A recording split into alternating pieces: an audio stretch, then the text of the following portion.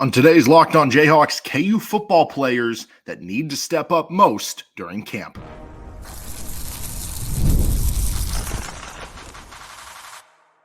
You are Locked On Jayhawks, your daily podcast on the Kansas Jayhawks. Part of the Locked On Podcast Network, your team every day.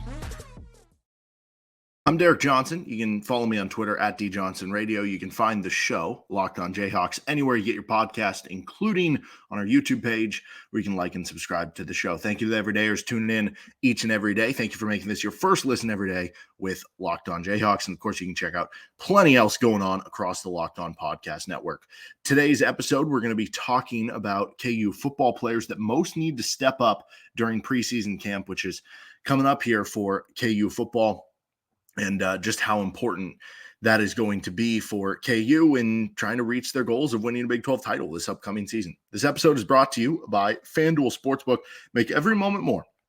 As playoffs wind down, the sports stop sporting like we want them to. But this summer, FanDuel is hooking up all customers with a booster bonus daily. That's right. There's something for everyone every day, all summer long. Visit FanDuel.com to get started. So let's start with the defensive side of the football. Then we'll get into offense and special teams in terms of each unit, what players and where players need to step up for KU. I think defense has maybe the biggest, question marks, holes, whatever you want to talk about, that could end up being better than you think. You know, last season, one of the questions coming in was somebody who needs to step up in camp at the pass rush position because Lonnie Phelps had graduated. And was it going to be Hayden Hatcher? Was it going to be Austin Booker? Was it going to be somebody else? Turns out Austin Booker was one of the best pass rushers in the Big 12 a season ago. So not that you expect that to happen again, but, you know, sometimes we do have questions on things and they end up being answered in a resounding way. Other times we have maybe not questions on other things and they end up being, you know, bigger issues than we might have thought because of maybe an injury or something else. But I think that rush defensive end spot is the easy one to point to again. It's the biggest question for KU football on the defensive side of the ball because you go from, you know, it almost has felt like the last 2 years, like you knew in 2021, you had that good pass rush production from Kyron Johnson, but you knew he was going to be graduating. He had exhausted eligibility after the year. So then you bring in Lonnie Phelps, who ended up being awesome for you, but you thought that you were going to have him for another year. He ends up going pro early, ends up getting undrafted. Then you bring in Austin Booker, and he is dominant for you, but you still at the end of the offseason were kind of like, or at the beginning of the offseason, we're kind of like, okay, but we're still going to have him back another year. He leaves early. So you've kind of felt like you've been, rushed out with this defensive end position, and it's put you in kind of a difficult spot this season. And I think the strong side defensive end, I feel very good about where that position is. Jeremy Robinson going into another year, I think has been a very good player for KU. Dylan Woodkey, I think is a nice transfer pickup addition that you have. Even Ron McGee, who took a medical redshirt last year after suffering an unfortunate season-long injury, moving over to that kind of strong side defensive end spot. I like what you have at that position. But the rush defensive end spot, I think you have a lot of talent. The question is that talent going to be ready? So Dylan Brooks suffered some sort of an injury during spring ball. I don't think it's been announced what his situation is. Is he going to miss the entire season? Is he going to miss part of the season? Is he going to be back at some point early in the season? I don't entirely know, but it feels like things are almost being put to a point where it's like, I'm not really expecting him. He's been really good on the college football 2025 game. He's been an awesome player for the KU defense on that. But you hope he's back and okay. But until then, or if you're without him all season long, Dean Miller becomes somebody of interest, who's a former College of Canyons, shout out Valencia High School, recruit transfer that you brought in is this wiry, lengthy defensive end that didn't really hit the field his first couple of years, but seems like he has taken some strides this year, and partially also because the extra opportunity has shown some stuff. But is he going to show enough in fall camp? Bai Jobe, who you brought on as a transfer from Michigan State, former, top tier recruit in the country, didn't get spring football with you, so he really has to kind of catch up during fall camp. But he has all the talent in the world to do so. Sean Warner, Dak Brinkley, both guys that you brought on from the high school recruiting class who are insanely high level recruits, especially from what we've seen at Kansas, have all the talent in the world, but are they going to be full on ready in year one? And so I don't know what the answer is here, right? Typically we see the staff lean toward, if it's a coin flip, give it to the veteran guy, give him an opportunity to prove it on the field. You saw that last year with Hayden Hatcher over Austin Booker. And then it just turns out Austin Booker was just so darn talented. It wasn't that Hayden Hatcher like messed up. It was that Austin Booker was just at another level, and he showed that on the field. So I wonder if we see that at the beginning of the season, if we see Dean Miller kind of getting that nod, and if Dean Miller can take down that job, great, right? Otherwise, you get rotations in of guys like Bai Jobe, Deshaun Ward, Dak Brinkley, and it seems like Brinkley kind of started picking things up in spring ball to where maybe he can be ready for that type of role. We've made those comparisons before, like Kari Coleman and stuff like that, who was a former KU commit who went into TCU and played right away as a freshman, had an outstanding season as a guy who was, like sub 225 pounds. So there certainly is some precedent there, I think, at the end of the day. And I guess between Miller, Jobe, Warner, and Brinkley, like if you come out of this mix with one of them is a solid player this year, one of them is an average player this year, one of them is a rotational player this year. Again, in the long term, you have higher expectations for those players because they do have such high ceilings. But for this specific season, I think that would be an okay turnout for KU. Outside of that, on the defensive side of the ball, I feel good about the rotation of KU defensive tackles. Maybe you could say for stepping up in fall camp, like will one of them step up to, instead of just having a rotation of a bunch of like solid players, can one of them step up into being like an all Big 12 level defensive tackle, right? Could that be a guy like DJ Withers? Could that be a guy like Caleb Taylor? Could that be like a Javier Darrett who transferred over from North Dakota State? I feel good about the rotation of defensive tackles, the depth that you have amassed there. But do you have that absolute dude, especially if you don't have that absolute stud Austin Booker pass rusher? Another way to make up for that as well, you feel good about strong defensive end. What if your defensive tackles are good at pass rushing? You have a good secondary. You can blitz a little bit extra. Like there are ways that you can kind of make up for it there. So that kind of becomes the question of, can one of the D tackles step up from being, a solid player to a really good player for KU this upcoming season? And then the last one that I would put here is Jason Gilliam. I was tempted a little bit to put Taiwan Berryhill, who's played a lot of snaps for KU. You look at the PFF grade, it was sub 30 a season ago. He really struggled playing through some injuries. Maybe with a healthier season, I expect better things, but you're looking for him to step up in a real way. I feel good about Cornell Wheeler and JB Brown, but I think Jason Gilliam kind of is interesting. Is he going to play as more of a traditional linebacker role? Are you going to play him as a third linebacker in early downs, but not in late downs? Or is he going to be the full, true Craig Young type Hawk type of player for KU? If he can step up and kind of take down that role, I think that would certainly help KU out in a real way. Now, I think it would make sense to use Marvin Grant some in that kind of Hawk Cinco role because he hits like a linebacker and he gives you the speed of a safety in terms of coverage and everything. So if you're talking about, playing lineups where, you basically have 5 DBs and then you bring in one of the Dye brothers to be next to OJ Burrows at the safety and you have Marvin Grant. So it's basically you have 3 safeties on the field. But maybe in early downs, maybe in run downs, you do have more of a traditional linebacker playing that third linebacker, that Hawk type of role. And if Jason Gilliam can take that down, maybe it's somebody else. I don't know. Maybe a Logan Brantley can step up, young, talented kid, right? But it would be very beneficial for KU if somebody did, because those are big shoes to fill with the talent that you kind of lost from Craig Young. But I think at the end of the day, the biggest one here has to be that defensive end pass rush spot, that wide defensive end spot for KU. Because if that can step up, you feel good about the secondary. You have all sorts of experience there. You feel good about the depth of the secondary. At least I do. I know some people have questions about the depth of the corners. I feel good about it because I'm a real big believer in what you can get from Demarius McGee and Jameel Croft and some of these guys. I feel better about the linebackers this year than I have in any year in the Lance Leipold era. I feel good about the D tackle rotation. I feel good about the strong defensive end spot, right? And this is not me to say that I feel good in the sense of like this is going to be a top 10 defense in the country. I feel good from a level of that you can improve from where you were as a defense from last year to this year. The big one then becomes that pass rush spot, which is a big hole to fill because it's not just that you lost, a solid player who graduated and are just trying to fill that in. It's that you lost one of the most impactful defenders in the entire Big 12 a season ago. So that would be the big one. If one of those rush defensive ends, Miller, Jobe, Warner, Brinkley can step up. Even just one of them, that'd be pretty huge for KU in camp. Let's get to our offensive side of the ball. Who needs to step up for KU in camp there on Locked On Jayhawks? Today's episode is brought to you by FanDuel Sportsbook. I love sports. I love them so much. You never want them to stop. But as the playoffs wind down, we get fewer games. The sports aren't sportsing like you want them to. But FanDuel lets me keep the sports going whenever I want. And don't worry, we got we're done with Thursdays, not having football. We got preseason football and a lot of this other stuff. We still have the Olympics going on. I love getting into the golf tournaments each and every week. So you can get in on those. You can get futures for college football and the NFL. Who's going to win the Heisman? Who's going to make the playoffs? KU going off at plus 650 there on FanDuel. And this summer, FanDuel is hooking up all customers with a boost or a bonus daily. So even boosted odds on that. That's right. There's something for everyone every day, all summer long. You can bet on the boys in blue with the Royals. Bobby Witt just hit home runs every game. I don't know. Whatever you want to do. So head over to FanDuel.com and start making the most of your summer. FanDuel, official sportsbook partner of the Locked On Podcast Network. All right, continuing on Locked On Jayhawks, and thank you to everydayers tuning into each and every show. Don't forget, if you're curious, like what's going on around the Big 12 or one of the other opponents KU is going to be playing, maybe you want to check out what Illinois is doing because KU plays them early in the season. Fortunately, we don't have a Lindenwood podcast, maybe yet to come. I don't know.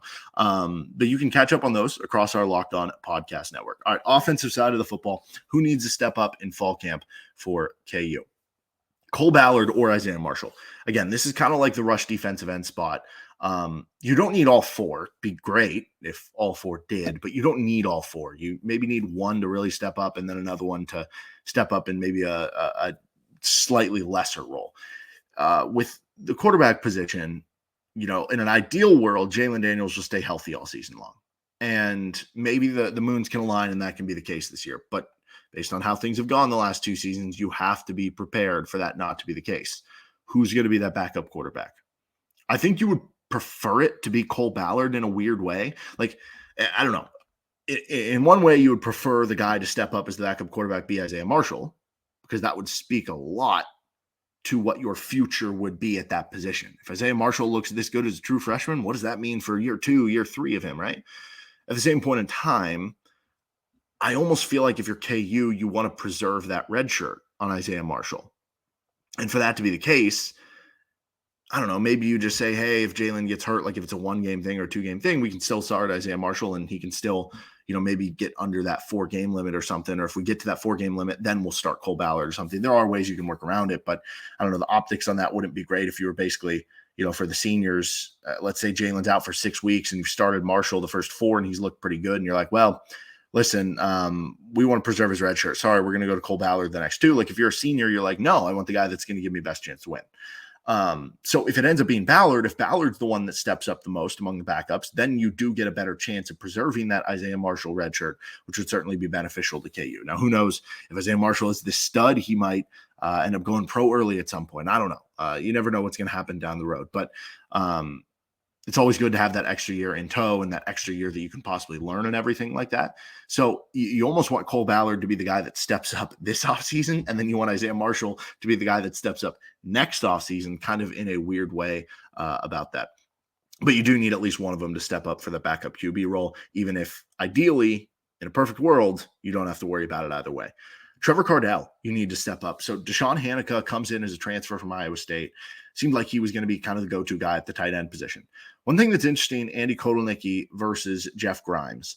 You look back to the Baylor tight ends he was bringing in. You look at the BYU tight ends he's bringing in. He likes receiving tight ends. He likes big, lengthy, tall tight ends, 6'4", 5, 6'6" guys that can run straight line speed. And Hanukkah, good receiving option from Iowa State. There were more questions about his blocking game than receiving game. Not that he was a bad blocker, but that was kind of the question. So Andy Kotelnicki was more of like, give me the blocking tight end and then we'll scheme it up. Now, the beauty of Mason Fairchild is he was good at both. With Trevor Cardell, he is kind of that tall, lengthy, athletic tight end, right? And so you would think that plays well for Jeff Grimes. Becomes interesting what happens with Jared Casey. Then again, I do view Casey more as that kind of like H-back, fullback / tight end. So he does a little bit of everything. And I think there's always a role for that. But Cardell now has to step up. Without Hanukkah, he's the go-to option. And a position that I felt great about because you had Hanukkah, Cardell, and Casey. That's a loaded position. All of a sudden you lose Hanukkah. Everybody has to slide up. You have questions about who the third tight end is going to be. I don't know. Maybe Leighton Cure takes that over and Leighton Cure ends up being the stud who is playing a lot of snaps for KU. But if Trevor Cardell can step up, that'd be a big thing. Mason Fairchild provided a lot of production for KU in the passing game. He provided a reliable target on key downs for whichever quarterback was in there between Jalen Daniels or Jason Bean, and he was an adequate enough blocker. He wasn't like a pancake road grader, but he was a efficient enough blocker. And I think Jared Casey's probably the best blocker among that group of tight ends when you were talking Fairchild, Cardell, and Casey. But when you're talking about wiggle, when you're talking about speed, athleticism, the height and everything, Cardell, has some of that Casey doesn't. Even though Casey's got the unbelievable hands and everything, it's an opportunity for Cardell to win that tight end spot. It's an opportunity for him to have a lot of production. It's an opportunity for him to really leave his stamp on the program. And they need him to step up because they want to get the tight end involved in the offense in a very real way. I kind of want to put these two together. Logan Brown and Bryce Foster. They're both guys who transferred in from big programs, obviously at different times. Logan Brown comes in from Wisconsin and ends up getting injured early in last season. Bryce Foster joins the program after fall camp and after his track and field season with Texas A&M. Both guys from big schools, both guys who have produced and have played real snaps at those previous schools, both guys who were very, very, very highly touted recruits coming out of high school. So you're talking about a couple guys who have very high ceilings, who have different bodies, I guess you could say, like athletically and what they are coming to Kansas from that offensive line room. I feel so good about Michael Ford, just kind of that steady interior guard. I feel good about Kobe Baines. I think he, again, very solid guard. Bryce Cabledew has been a multi-year starter for you at the right tackle position. Feel good about those. I even feel good about the depth of the offensive line. And I do feel good about Brown and Foster on the offensive line. But where is that level going to be? Are Logan Brown and Bryce Foster going to be solid players? Are they going to hit their potential in the same season where they both look like, because based on their high school pedigree and their bodies and everything, they have NFL potential, right? If they ball out, if they have the production on the field this year or in the next 2 years, because both of them can have a couple more years at Kansas, they could be future NFL players. And if that happens, the ceiling of the offensive line, because I think the KU offensive line is going to be solid, but the ceiling raises if both of those guys step up.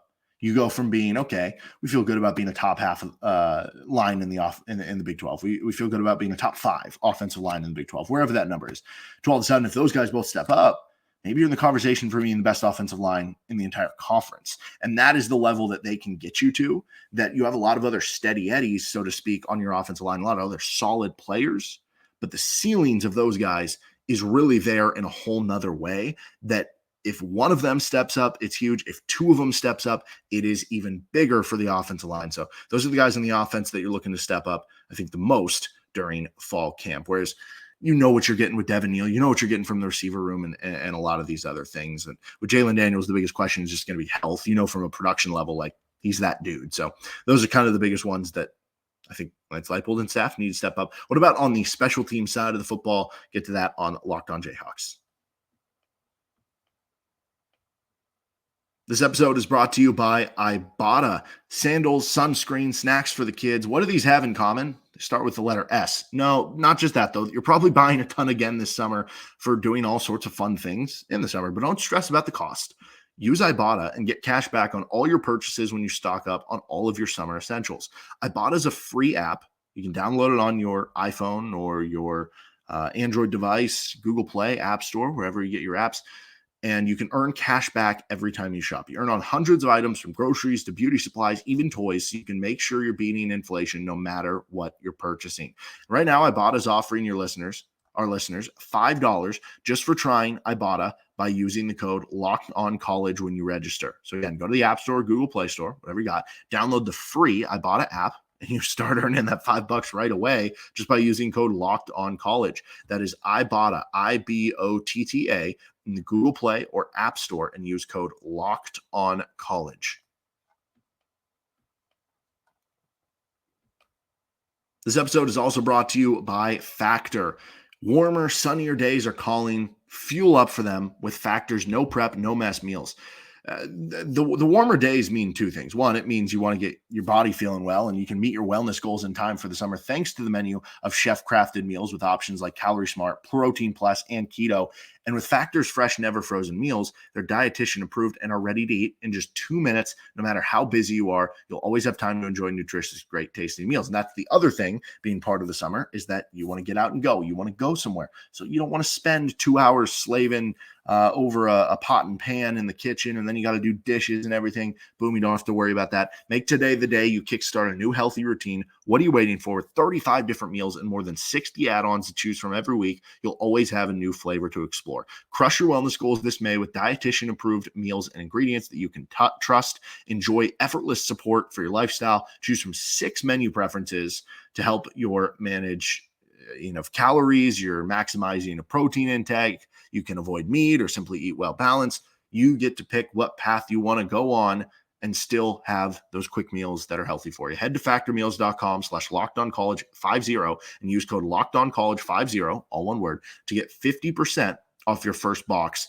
plus 20% off the next month. That's code LockedOnCollege50, factormeals.com/LockedOnCollege50, the number 5, the number 0, to get 50% off your first box plus 20% off your next month while the subscription is active. Finishing things up here on Locked On Jayhawks, who are players that KU needs to step up during fall camp?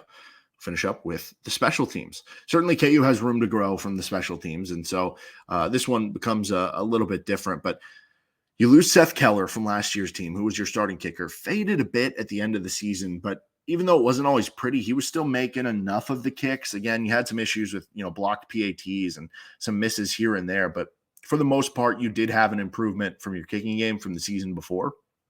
Now you start all over because Keller graduated, and there's a kicker competition between Owen Pieper-Gertis and Charlie Weinrich, and I guess anybody else that you had on the roster. I don't know if there's walk-on tryouts. You never know with kickers. Like, that's one of those positions where if somebody just randomly walked on as like, I'm going to play left tackle, like, what would the odds of that guy being the starting left tackle like right away? But it's like with kicker, I don't know. What if this guy just never played football and he was just like this stud soccer player in high school, but he wasn't fast enough, or he just didn't want to go play soccer at the collegiate level, and he comes to be a student, and he's like, you know what, I am going to walk on and try this kicking thing. And he's just like, oh, he actually is our best kicker. Like, that could actually happen. So I don't know. Maybe that's entirely possible, but I think Owen Pieper-Gertis would probably be the favorite for me, just a little bit slightly. You need adequate enough field goal kicking. And we know that based on the last couple of years, KU hasn't been one of those teams who's gone for fourth downs a good amount. They've been on the lower end of the spectrum in the Big 12, which means they're settling for more field goals. You need to have that reliable field goal kicker. So Owen P. or Charlie Weinrich, one of those two has to step up. Let's just go with Owen P. because he's more of the veteran here. And then the return spots, somebody has to step up, because think about this. Kenny Logan is gone from last year's team. He operated a lot of kickoff returns for you over the last handful of years that he has been at Kansas. That opens up a lot of kick return reps. Now, it wasn't always him returning kicks. Sometimes you needed a break after defense. Sometimes coaches didn't want him to take another hit and they'd put somebody else in there. But it still is a good amount of kick returns that are available. And Kenny Logan was good at it. He was good at returning kicks. Maybe it's just Trevor Wilson, who we've seen a lot in the punt return game. But as we know, and maybe Kenny Logan or Trevor Wilson just becomes the answer here of who needs to step up. With Trevor Wilson, we've seen this guy who really good with the ball in his hands. Unfortunately, there have been too many muffed punts. There have been, it was the fumbled kickoff against Oklahoma. So, maybe that's just him stepping up. Maybe it's somebody else stepping up, right? Is this an opportunity for a guy like Savion Morrison or Harry Stewart or Jameel Croft to return kicks? Do we see like Luke Grimm returning punts or something like that? Somebody has to step up. It could be one guy, could be two guys, could be three guys who return kicks, who return punts over the course of the season for KU. But they need somebody to step up there, because that is another hole that Kenny Logan left, besides his experience, his tackling ability, and everything like that from the defensive side of the football. So certainly there are areas that KU needs people to step up, but still there are a lot of areas that you feel good about. And even a lot of these areas you do have questions about. There is a real avenue for a lot of these things happening, and happening in a very real way for KU. That'll do it for this episode of Locked On Jayhawks. You can find our show anywhere you get your podcast, including on our YouTube page. We'll have plenty more content coming at you this week, so make sure you're tuning in to the show. Thank you to everydayers who already are. We're going to get to who's KU's best bet at being a first-round pick in the 2025 NBA draft, the importance of that to winning a national title, biggest strengths and questions about KU football in 2024. Plenty more coming at you. Make sure you subscribe to the show anywhere you get your podcast, including on our YouTube page. See you next time with Locked On Jayhawks.